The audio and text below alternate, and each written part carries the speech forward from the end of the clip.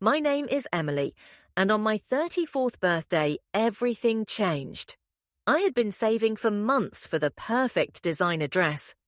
I was eagerly anticipating a celebration at the most exclusive restaurant in Chicago, when my niece, Lisa, deliberately threw her cranberry cocktail across the table, crimson splashes spread across my cream silk dress like blood. Time seemed to stop. "Now you look as cheap as you really are," she sneered, 17 years old and full of venom. My mother patted her hand approvingly. I just smiled, but inside something finally broke. If you're watching this, please like, subscribe, and write in the comments where you're from. You won't believe what happened next. I had always been the responsible one in our family. While my sister Claire hopped from job to job and apartment to apartment in our hometown, I moved to Chicago and built a career in marketing.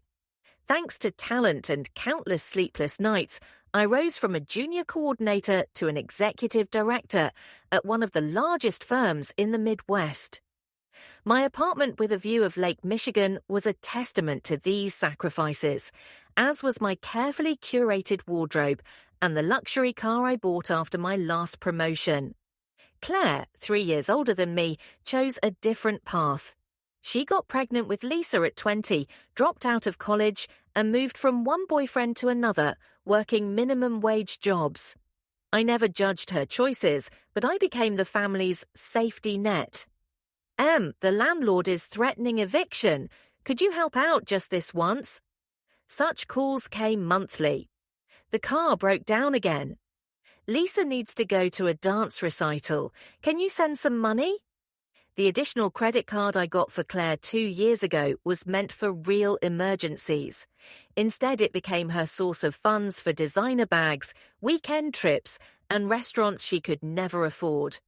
Every month, I paid the bill without complaint. Family helps family, right? When Lisa turned 16 and needed a car for school, I bought her one.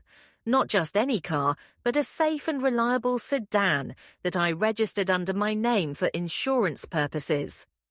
"You can use it until you graduate," I said, watching her face contort at the word use instead of have. My mother, Margaret, had encouraged this dynamic all her life. Since childhood, I would play a piano piece perfectly and get a distracted, "well done," while Claire's flawed performance would receive applause for trying. The pattern was set early. When I got college scholarships, Mum said I was lucky. When I landed my first marketing job, she wondered aloud if I would have time for a career. This pattern continued into adulthood. My promotions were met with, "I hope you're not overworking, dear." My financial successes were downplayed with, "Money isn't everything, Emily." Meanwhile, Claire was doing her best and had such a big heart despite constant financial disasters. Last month, I got a new promotion to Executive Vice President of Client Services. The salary increase was significant. When I called to share the news, Mum said, "How wonderful, dear. By the way, Claire is thinking of signing up for online courses. She's so brave." That same night, Claire called to congratulate me. "Must be nice," she said. "Some of us have real responsibilities, not just sitting in luxurious offices." I could hear Lisa in the background making gagging noises. Despite all this, I loved them. They were my family, and I believed that one day they would see me, truly see me, and be proud. That belief sustained me through missed birthdays, backhanded compliments, and financial exploitation. As my birthday approached, I decided this year would be different. I would host a celebration at Alenia, Chicago's most prestigious restaurant. I would wear something stunning. I would invite my closest friends and family. Perhaps surrounded by the life I had built, they would finally understand my worth. Looking back, I see how desperately I was still seeking their approval. I thought success would finally make them love me the way I had always loved them.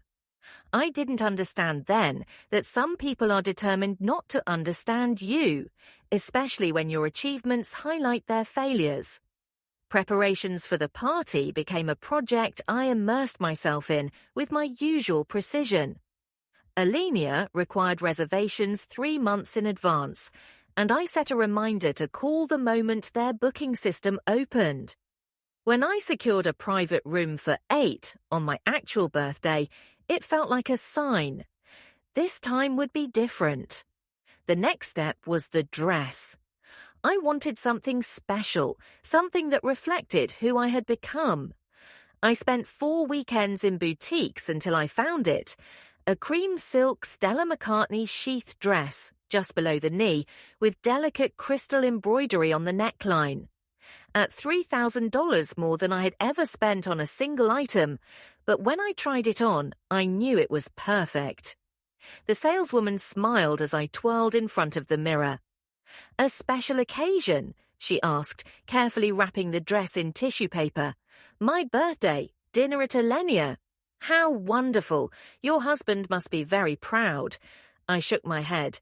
"No husband, just celebrating myself." She nodded approvingly. "Even better." I sent the invitations 6 weeks in advance. My closest friends replied immediately. Kate from college, now a pediatrician, Jasmine from work, Daniel and his husband Ryan, who live in my building, all enthusiastically confirmed and offered to help organize. Inviting my family was more difficult. I called Mom first. "On a Thursday night?" she said, clearly annoyed. "That's a long drive into the city on a weekday, Emily." "I know, Mom. I can send a car if that helps." "We'll see. I need to check with Claire. Lisa might have rehearsal." I suppressed my disappointment. "It's at Alinea. The reservation was very hard to get. I would really love for you to come." "We'll try," she replied. A promise I knew meant nothing. Claire's reaction was equally cool. "Alinea? That super expensive place?" "My treat," I assured her, "for everyone. Lisa will need something to wear. She can't show up in jeans to such a posh place." I closed my eyes, counted to 5. "I can send money for an outfit for her if needed." "That would be the least," Claire said, as if I were imposing a $1,000 dinner on them. "And we might be a little late. Lisa has rehearsal until 6. On the morning of my birthday, I woke up early. I had planned a full day of luxury, a massage, facial, hair, and makeup. As I drank my morning coffee, I allowed myself to hope. Today would be different. Today, surrounded by the fruits of my success, my family would finally see me clearly. They would be proud. They would understand the work behind the luck they always attributed to me. By 6 o'clock, I was ready. The dress fit perfectly. My hair fell in soft waves, my makeup enhanced without being overpowering. I looked exactly as I had dreamed, successful, confident, worthy of celebration. The restaurant staff greeted me by name. "Happy birthday, Ms. Carter. Your private room is ready. The champagne is chilling as requested." My friends arrived promptly at 6:30 with beautifully wrapped gifts and genuine smiles. Kate hugged me tightly. "You look absolutely stunning." By 7:15, we were seated at the table, with no sign of my family. I kept checking my phone during the first course. "Shall we wait?" Jasmine asked cautiously. "No, please start. They'll join when they arrive." At 7:45, just as the second course was served, my family finally appeared. Mum entered first, wearing the same dress she wore to all semi-formal events. Behind her was Claire, looking irritated. Lisa came last, already glued to her phone, wearing a crop top and miniskirt completely inappropriate for the venue. "Sorry we're late," Mum said, not sounding sorry at all. "Terrible traffic." The staff quickly set their places and brought their first course as we continued our dinner. The conversation started stiffly. My friends tried to engage my family with polite questions, but received curt answers. "So, Lisa, Emily tells us you're a wonderful dancer," Daniel said kindly. Lisa shrugged, not looking up from her phone. "I guess." "She's incredibly talented," Mum interjected. Her teacher says she could go professional. Claire nodded proudly. She just needs better training. The studio in our town is so primitive. I recognized the invitation. If Lisa is serious about dance, I can help look into summer intensives in Chicago. They have great programs. Not everyone can afford to live in luxury high-rises, Emily, Claire snapped. Some of us have to make do with what we have. Silence fell over the table. Ryan caught my eye and raised an eyebrow slightly. I shook my head almost imperceptibly. Not now. As the evening progressed, the contrast between my friends and family grew starker. My friends asked thoughtful questions, shared stories highlighting my best qualities, and created a celebratory atmosphere. My family sat stiffly, contributing only occasional barbed remarks. When it was time for toasts, Kate went first. To Emily, who has been my rock for 15 years. Your kindness is only matched by your determination. I'm so proud to call you my friend. The others followed with similar sentiments. When it was the family's turn, Mum simply said, Happy birthday, dear. 34 already. How time flies. Claire raised her glass reluctantly. To my little sister, who always reaches for the stars while the rest of us stay on the ground. Lisa didn't raise her glass at all. She was busy texting under the table. The gift exchange was equally painful. Kate and Jasmine gave me a beautiful leather briefcase with my initials. Daniel and Ryan gave me a spa weekend at a Michigan resort. Each gift was thoughtful, personal, and accompanied by a heartfelt card. When I opened Claire's gift, I tried to keep a neutral expression. It was a scented candle from a discount store, still in sale packaging with a $10 price tag. The card was clearly from a gas station. Happy birthday, sis, with their signatures at the bottom. Thank you, I said, carefully placing it with the other gifts. That's very sweet. Not everyone can afford expensive gifts, Claire defended. Some people have real expenses. Dessert was served an elaborate composition of chocolate and edible flowers with Happy Birthday Emily written in gold on the plate. As the waiter described it, I noticed Lisa's face darken. She had been sullen all night, but now there was something else in her eyes, something calculating. The dessert presentation was a work of art, including a sparkler that drew attention from nearby tables. As everyone admired it, I felt a moment of pride. This was my life, the one I had built from scratch. For a second, I allowed myself to enjoy it without apology. That's when I noticed Lisa whispering something to Claire, who smirked in response. Mum leaned in, joining their conversation. All three glanced at me with looks that made my stomach clench. Everything okay? I asked lightly. Everything's fine, Mum replied. Lisa was just saying how pretentious everything here is. I turned to my niece, offering an olive branch. Glad you could make it, Lisa. I know weeknights are tough with your schedule.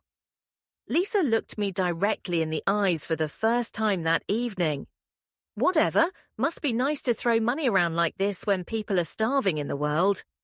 Lisa, Claire said in a tone devoid of reproach.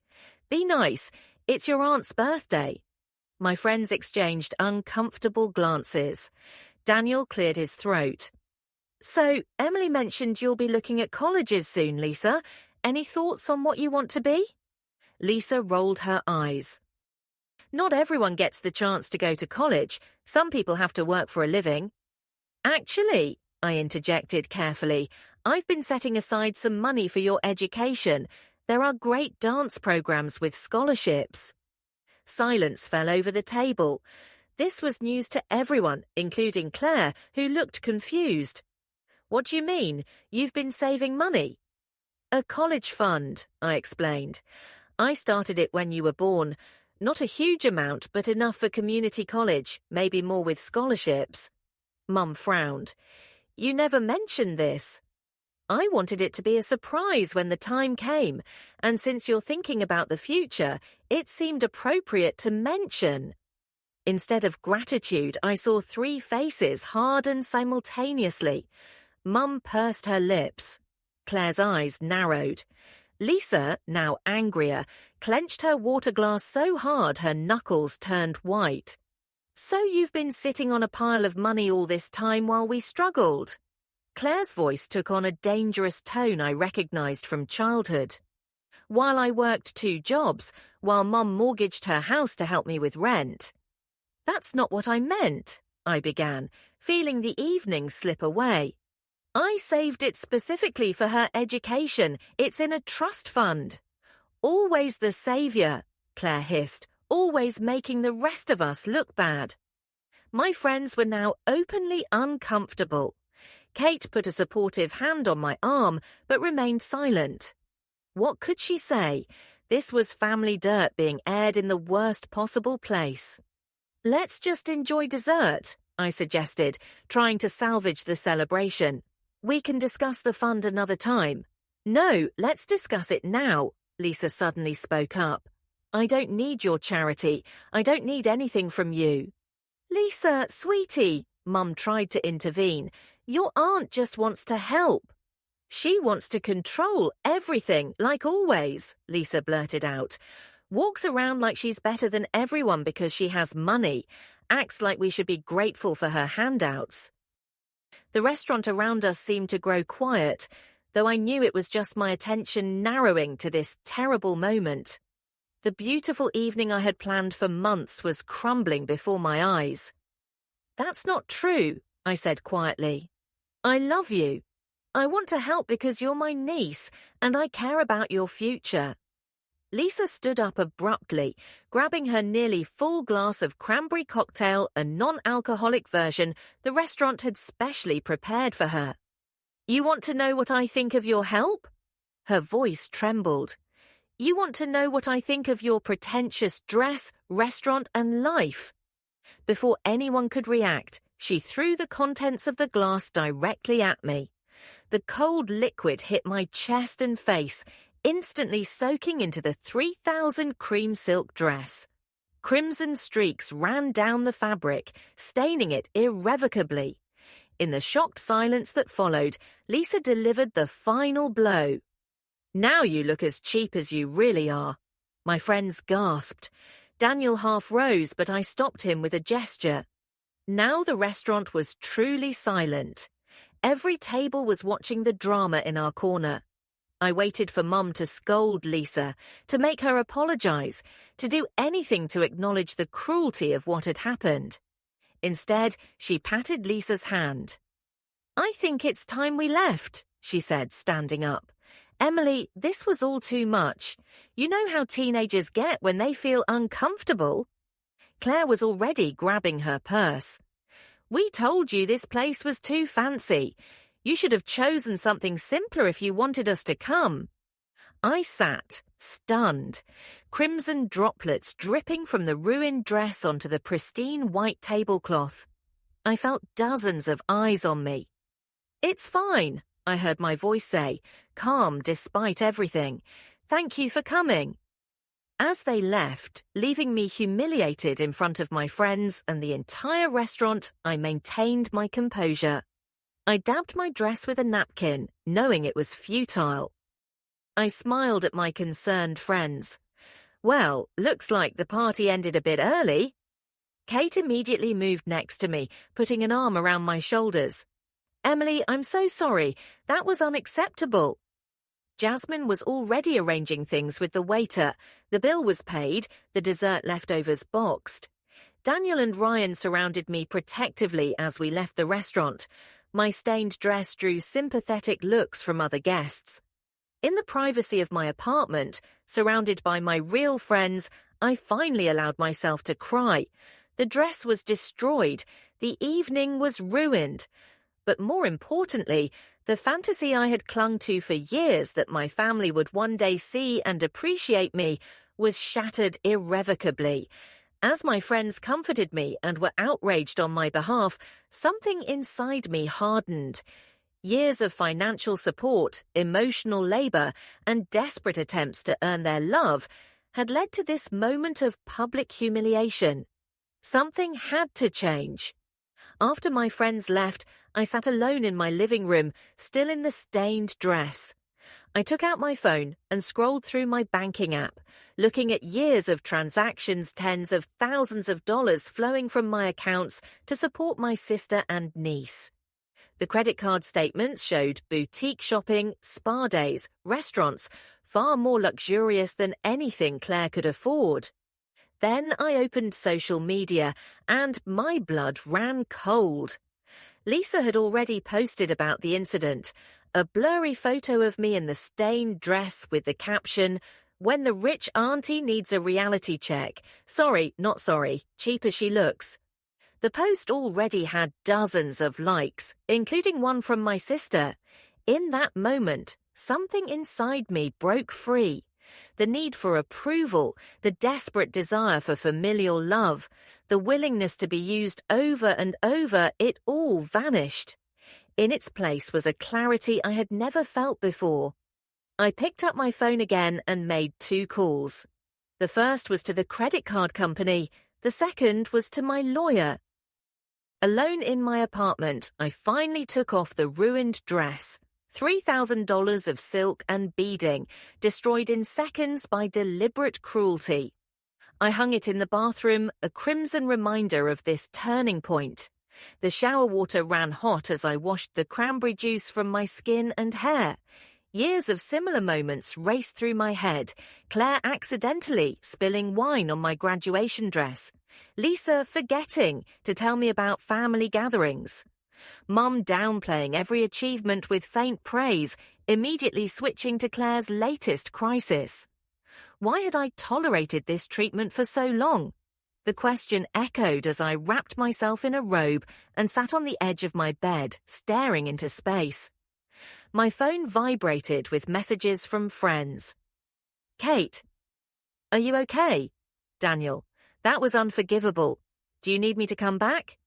Jasmine, "Ready to help you cut these toxic people out of your life. Just say the word." I appreciated their concern, but I needed to be alone to process what had happened and decide what to do next. For the first time, I saw the family dynamic with absolute clarity. I was the family ATM, the emotional punching bag, the repository for their insecurities. Opening my laptop, I pulled up financial reports. The evidence was damning.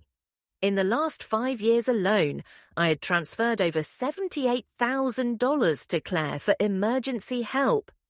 The credit card showed boutique purchases, salon visits, restaurants and hotels, not necessities, but luxuries. The car I bought for Lisa 2 years ago cost $32,000. I paid for insurance, maintenance, and even gas through monthly transfers to Claire. The car was in my name, but Lisa considered it her property, often posting pictures with captions like "my ride" and "perks of being me." Speaking of social media, I forced myself to look at Lisa's recent posts. Besides the photo of me in the stained dress, she had posted several videos secretly taken at the restaurant. One showed me opening Claire's cheap gift, with a close-up on my face and the caption, "Auntie pretends to like dollar store candle while sitting in $1,000 dress. Fake, rich people problems." The comments from her friends were even worse. "Did she cry when you ruined the dress? Bet she has 10 more like it. Rich people need to be taken down a peg sometimes." My sister had liked and commented with laughing emojis. The phone rang, making me jump. It was Kate, worried about my silence. I answered. My voice was calmer than I expected. "I'm okay," I said. "Actually, I'm better than okay. I'm finally seeing things clearly." "What are you going to do?" she asked. "What I should have done years ago. Stop supporting them." After the call, I made a list of all the ways I financially supported my sister and niece. The credit card was the most urgent issue. As the primary holder, I had every right to remove Claire as an authorized user. The car legally belonged to me. The registration and insurance were in my name. The monthly transfers could be stopped with a few clicks. For hours, I researched my options. I called the card company and explained the situation. They were surprisingly understanding, immediately cancelled Claire's card, and sent me a new one with a different number. I cancelled the automatic transfers. I contacted a towing company to repossess the car from Lisa. Each action brought both guilt and relief. The guilt was old, the voice in my head saying family obligation was sacred, no matter how I was treated. The relief was new, the lightness of setting boundaries that should have been set long ago. Around 2 a.m., my phone exploded with notifications. Claire had tried to use the card at a late-night fast food drive-thru and discovered it was blocked. Her messages went from confusion to rage. Card not working. Need to call the bank. Hey, I'm stuck at the drive-thru. What the hell, Emily? Answer. You're really doing this on your birthday. So childish. I put my phone on silent and went to bed. For the first time in years, I slept deeply, without anxiety about the next family crisis. In the morning, more messages arrived, including from my mother, accusing me of pettiness and vindictiveness. Your sister needs that card for emergencies. What happened at dinner is no reason to punish her financially. I didn't reply to anyone. Instead, I called the towing company and arranged to pick up the car from the school parking lot where Lisa left it during rehearsals. I provided the registration, insurance, and explained that I was the legal owner reclaiming my property. The car will be with you by noon, ma'am, the dispatcher assured me. I called work and took the day off. This conflict would require my full attention. Then I contacted my financial advisor to review my financial picture without the family leak. The difference was staggering. Without those expenses, I could retire almost 5 years earlier. At exactly 7:50 a.m., the phone rang. It was Lisa, her voice panicked and angry. The car was stolen. It's not in the school parking lot. I took a deep breath. That's not your car, Lisa. It's mine. I bought it. I pay the insurance and the registration is in my name. I arranged for its return. 3 seconds of silence, then an explosion. You can't do that. How will I get to school and dance? That's illegal. It's completely legal. As I said, the car is mine. I'm simply reclaiming my property. Is this about last night? Are you really that petty? Public humiliation, destroying my dress, and posting mocking videos online is not a joke. And yes, this is a consequence of your behavior, but it's also a long overdue decision. The car was always mine loaned to you temporarily. I'm just taking it back. She started crying. The manipulative sobs I'd heard many times when she didn't get her way. Please, Aunt Emily, I need the car. I'll die without dance. I'll delete the posts. I'm sorry.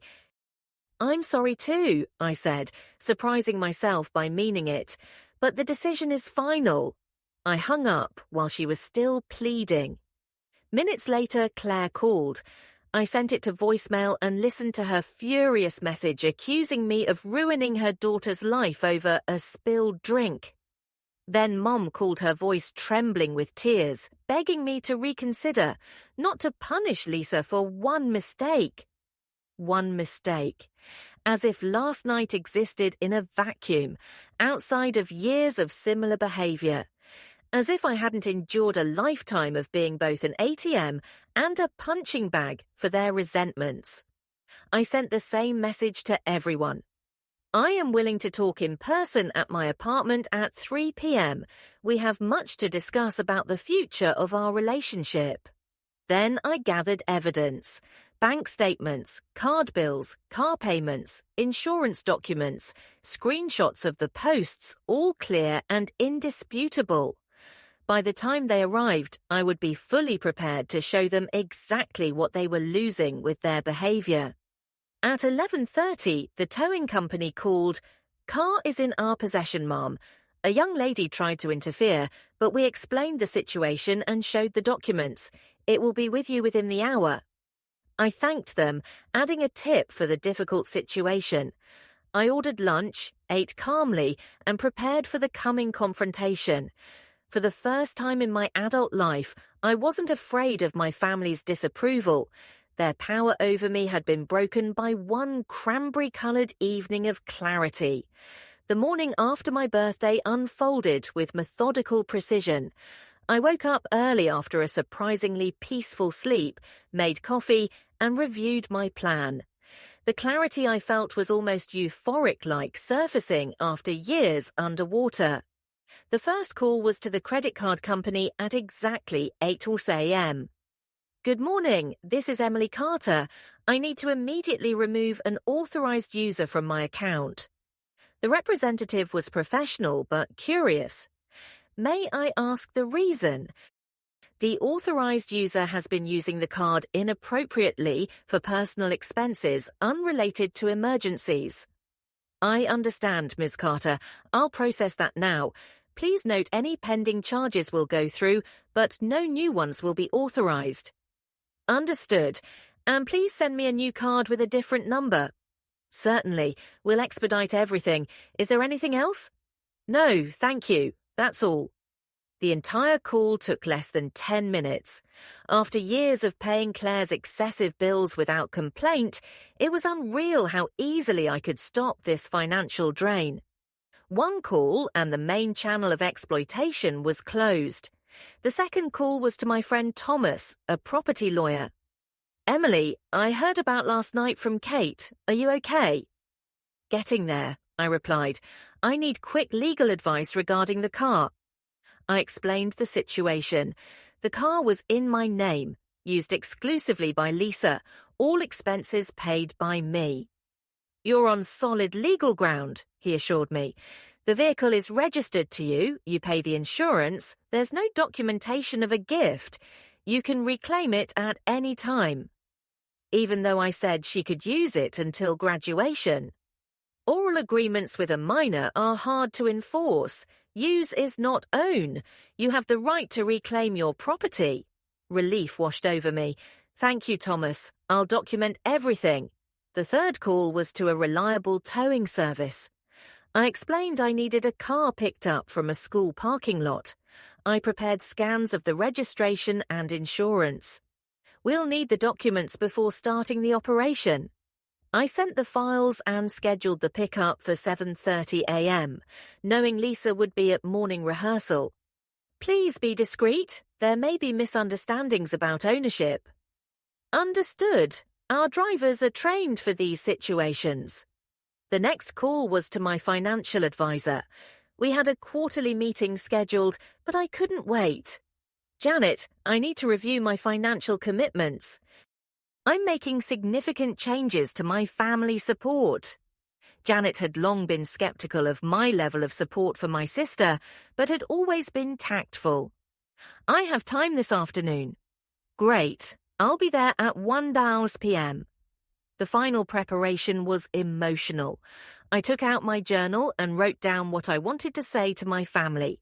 No accusations, just facts. The sums, the ingratitude, the public humiliation, a clear path forward. At 9:30 a.m., the first crisis call came. Claire's voice shrill with panic. "Emily, the card was declined at the gas station. Must be a mistake." I took a deep breath. "No mistake, Claire. I removed you as an authorized user." "You did what?" "I permanently revoked your access to my credit card because of last night." "Are you serious? It was just a stupid dinner." "It was my birthday. Your daughter deliberately humiliated me, destroyed a $3,000 dress, and posted mocking videos online. You liked and commented with laughing emojis. But it's not just about last night. It's about years of financial dependence creating an unhealthy dynamic." "So you're just cutting me off? How am I supposed to pay for things?" "Like all adults with your own money from your own job." Her tone shifted from rage to pleading. "Emily, please. The rent is due next week. Lisa needs new dance shoes. Mom needs medication." Old guilt tugged at my heart, but I held firm. I'm sorry you're in that situation, but it's not my responsibility. You selfish bitch, she hissed, reverting to anger when manipulation failed. After everything I've done for you. What exactly have you done for me, Claire? Enlighten me. When no answer came, I continued. I expect you at my apartment at 3 p.m. We'll discuss this in person. I hung up while she was still sputtering threats. The next call came at 7:55 a.m. Lisa, her voice trembling with panic and rage. The car was stolen from the parking lot. That's not your car, Lisa, it's mine. I bought it, I pay the insurance, the registration is in my name, I repossessed it. Her shock was audible. You can't, I need that car. You needed transportation, I provided it. You lost that privilege with the dress. Are you serious? It was a joke. Deliberate humiliation is not a joke. Posting mocking videos is not a joke. It's cruelty with consequences. Her voice wavered, the tactic shifted. Please, Aunt Emily, I'll delete the posts. I need the car for school and dance, please. The decision is final. We'll discuss it today at 3 when you come with your mother. Mum called next, with that special tone of disappointment and manipulation she had honed over decades. Emily, what are these rumours about Lisa's car and cancelling the card over a spilled drink? That's a significant understatement of what happened, Mum. And yes, I repossessed my car and closed the credit account Claire was using. Family helps each other, she said, as if quoting scripture. We don't punish each other for minor things. I agree, family should help, but help should be reciprocal and valued, not demanded and mocked. Lisa is just a child. She made a mistake. She's 17, Mum, old enough to understand cruelty and face consequences. She sighed heavily. What do you want? An apology? Fine, I'm sure they'll apologize if that fixes things. Fixes what? So the money flows again? That's the problem. Any apology under those conditions is meaningless. So you're just cutting them off? Your own family? I'm establishing boundaries that should have been set long ago. We'll discuss this when you come at 3.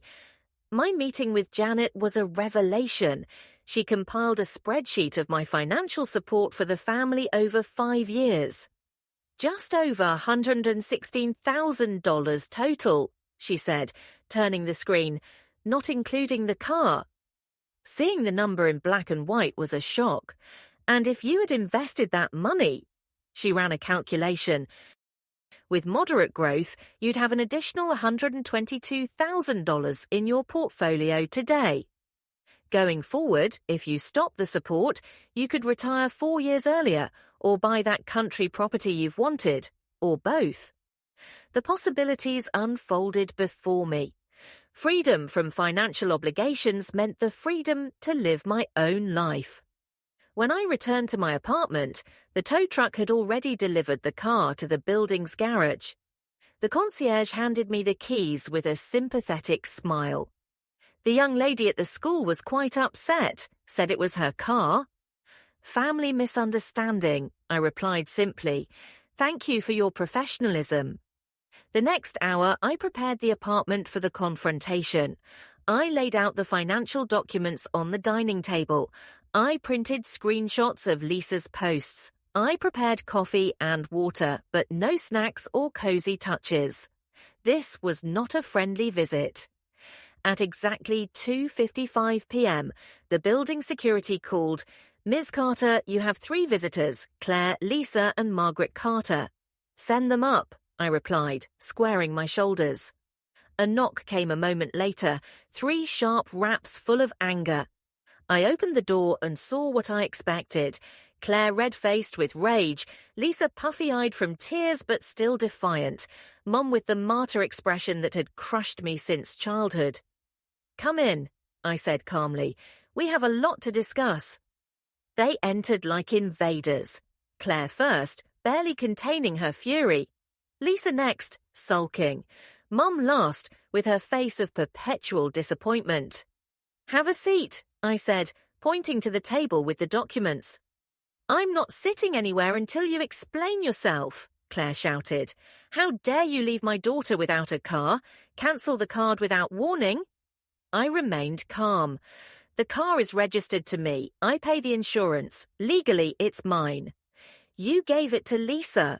I allowed her to use it. There's a big difference. Mum stepped in, adopting the peacemaker role. Emily, dear, I understand you're upset about dinner, but your reaction is completely disproportionate. Really? I asked, sitting down and gesturing for them to take chairs.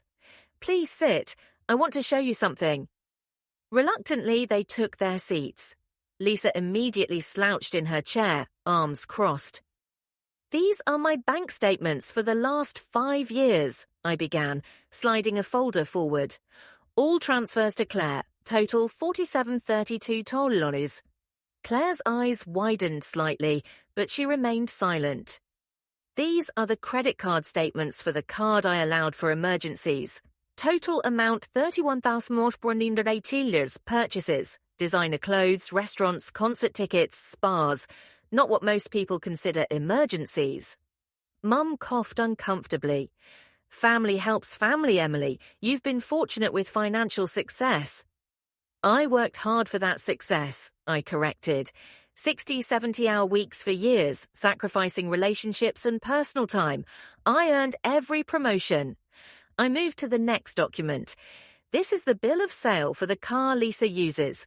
$32,000 plus insurance and maintenance, about $4,000 a year, all paid by me. Lisa looked slightly embarrassed but didn't meet my eyes. Total financial support over 5 years, $116,000, I concluded. Money given voluntarily out of love and care. Silence hung in the room. Claire looked stunned, as if realizing the scale of her dependency for the first time. And this is how my generosity was rewarded, I said, placing a tablet on the table. I opened Lisa's social media page. The photo of me in the stained dress, the secret videos from dinner, the mocking captions, the cruel comments. Lisa, explain why you chose to publicly humiliate me and shared it with hundreds of people? She squirmed in her chair. It was a joke. Everyone posts stuff like that. A joke is when everyone laughs. Did you see me laughing when you threw the drink? Did you think I'd find it funny that my $3,000 dress was ruined? You can buy another one, she muttered. That's not the point. The point is respect and basic human decency, which you didn't show. I turned to Claire. And you liked those posts, commented with laughing emojis, encouraged that behavior.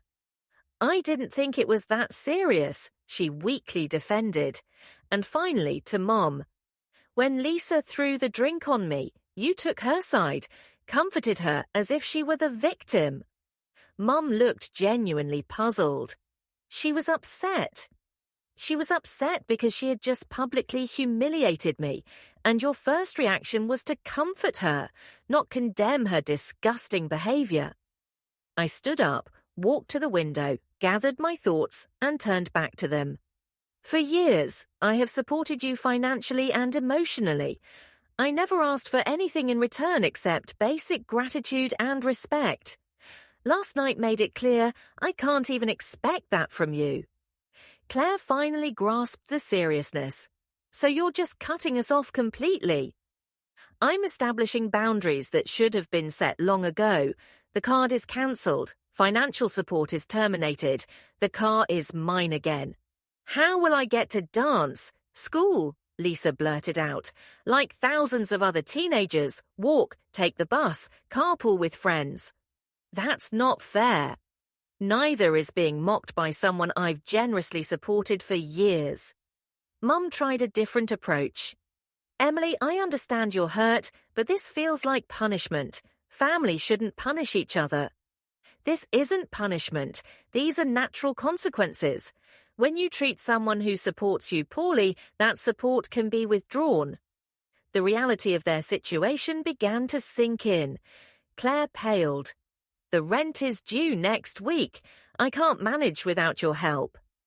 I'm sure you'll figure it out. Maybe a second job or a roommate.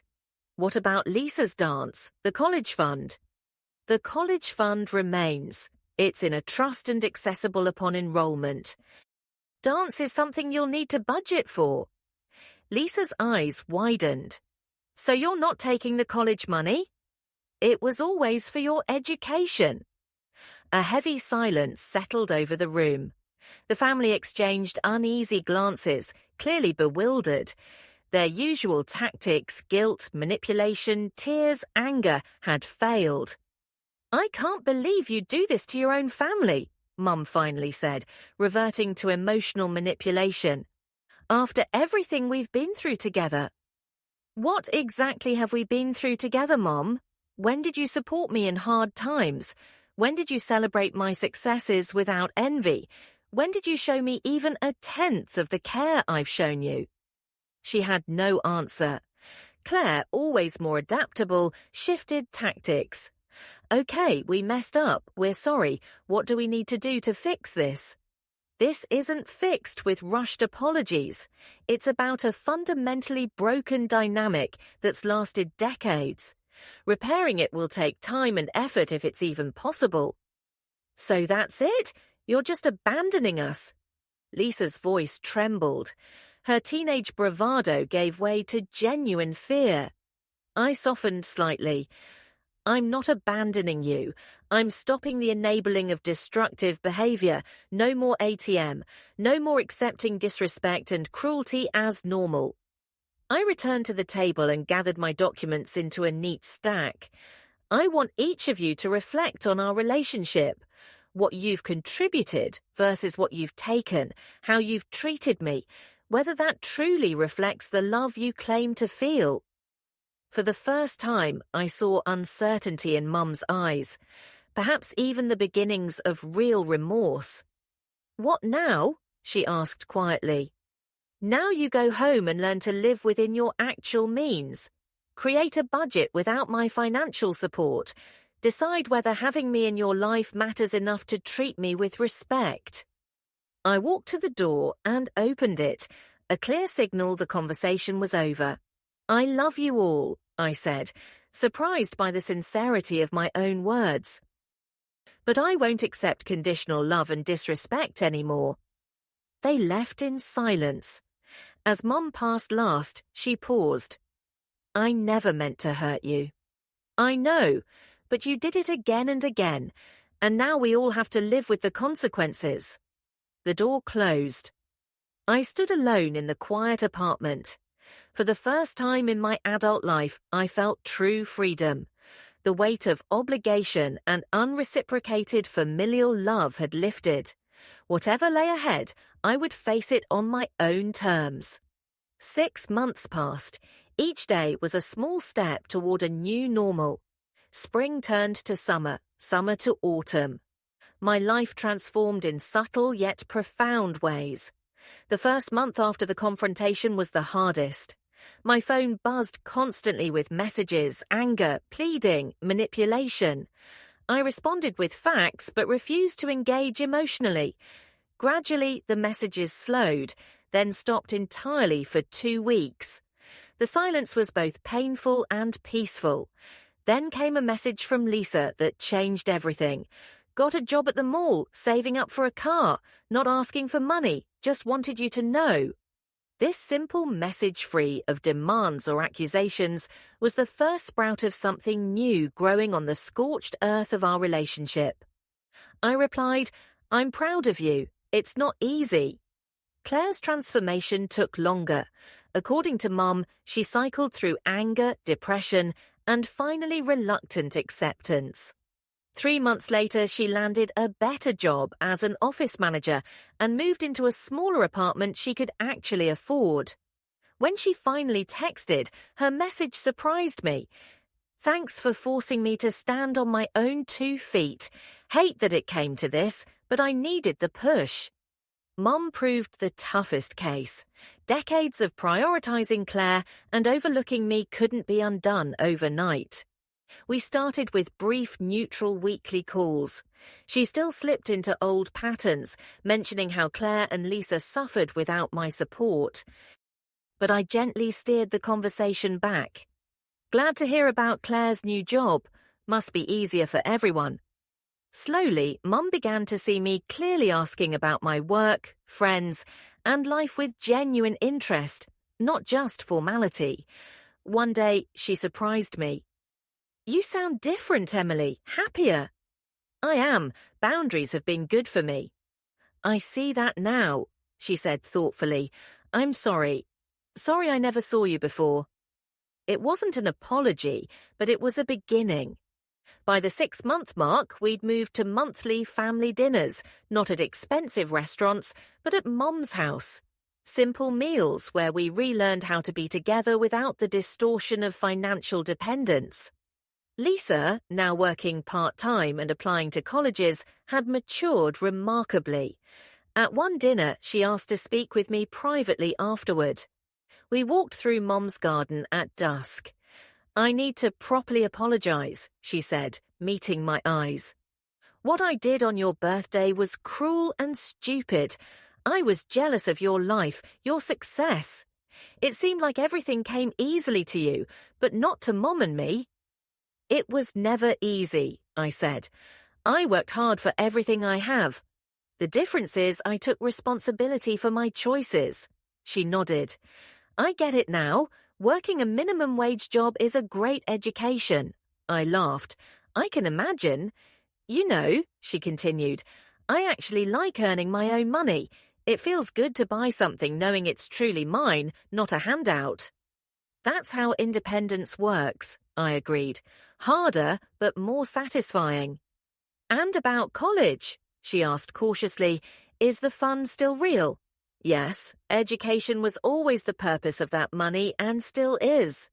Her relief was palpable. "Thanks. I'm applying to state schools with dance programs, more practical than my old plans." A wise choice. As we headed back to the house, she asked, "Are we okay? You and me?" "We're on our way," I answered honestly. "Trust takes time." Claire's transformation was perhaps the deepest. Without my financial safety net, she discovered resources within herself she never knew existed. She enrolled in evening accounting courses, building skills for long-term growth. Over a rare lunch together, she confessed, "I hated you for so long. Your perfect life, your freedom. I told myself you were just lucky no kid, moved out, everything easy." "And now?" I asked. "Now I see. You made choices, I made mine. Different choices, different consequences. It's not your fault." It was the closest we'd ever come to a real connection as adults. Mum took the longest to change, but small shifts occurred. She began treating Claire and me more as equals, acknowledging my achievements without immediately pivoting to my sister's struggles. One evening after dinner, she took my hand. "I failed you as a mother," she said simply. "I favored Claire because she seemed needier. I took your strength for granted. I'm sorry, Emily, truly sorry." Tears welled in my eyes. I'd waited decades for those words. "Thank you, Mum." My own life blossomed in unexpected ways. Freed from constantly draining resources into my family, I had energy and space for new things.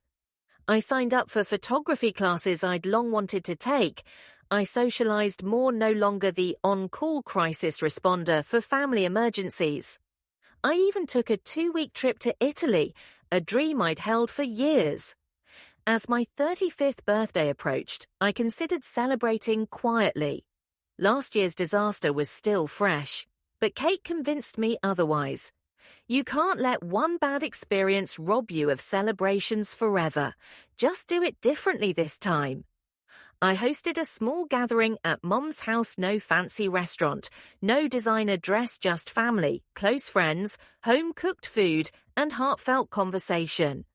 At the table, I looked at my family's faces, still imperfect, still learning, but trying in ways they never had before. Lisa gave me a handmade card crafted with real effort and care. Claire offered a simple but thoughtful gift within her budget. Mum prepared all my childhood favourite dishes. When it was time for toasts, Mum stood first to everyone's surprise. "To my daughter Emily," she said, her voice steady, "who had the courage to show us a better way to be a family, who loved us enough to stop enabling our worst behavior. I'm proud of the woman you've become and grateful for the chance to truly know you." Glasses clinked, emotions washing over everyone at the table. The journey had been painful, but the destination was worth it. We were building something new from the ashes of unhealthy patterns, something rooted in mutual respect, not dependency and resentment. Later, as guests began to leave, Lisa approached me with an envelope. "Saved it from work," she said, handing it over. "It's not much, but I want to symbolically repay you for the car and everything else." Inside were 200 neatly counted bills. "Lisa, you don't have to do this." "I want to," she insisted. "It matters to me to show I understand now." I accepted the envelope with the respect it deserved, not for the amount, but for what it represented. Responsibility, growth, respect. Driving home that night, I reflected on the past year's lesson. Sometimes the greatest act of love is saying no. Sometimes the hardest boundaries are the most necessary for growth. And sometimes a family must break apart to be rebuilt. Our relationship was still healing, still evolving. There would be missteps and old patterns ahead. But for the first time, I felt hope. We were moving towards something healthier, a bond based on respect, not obligation and resentment. The path had been painful but necessary.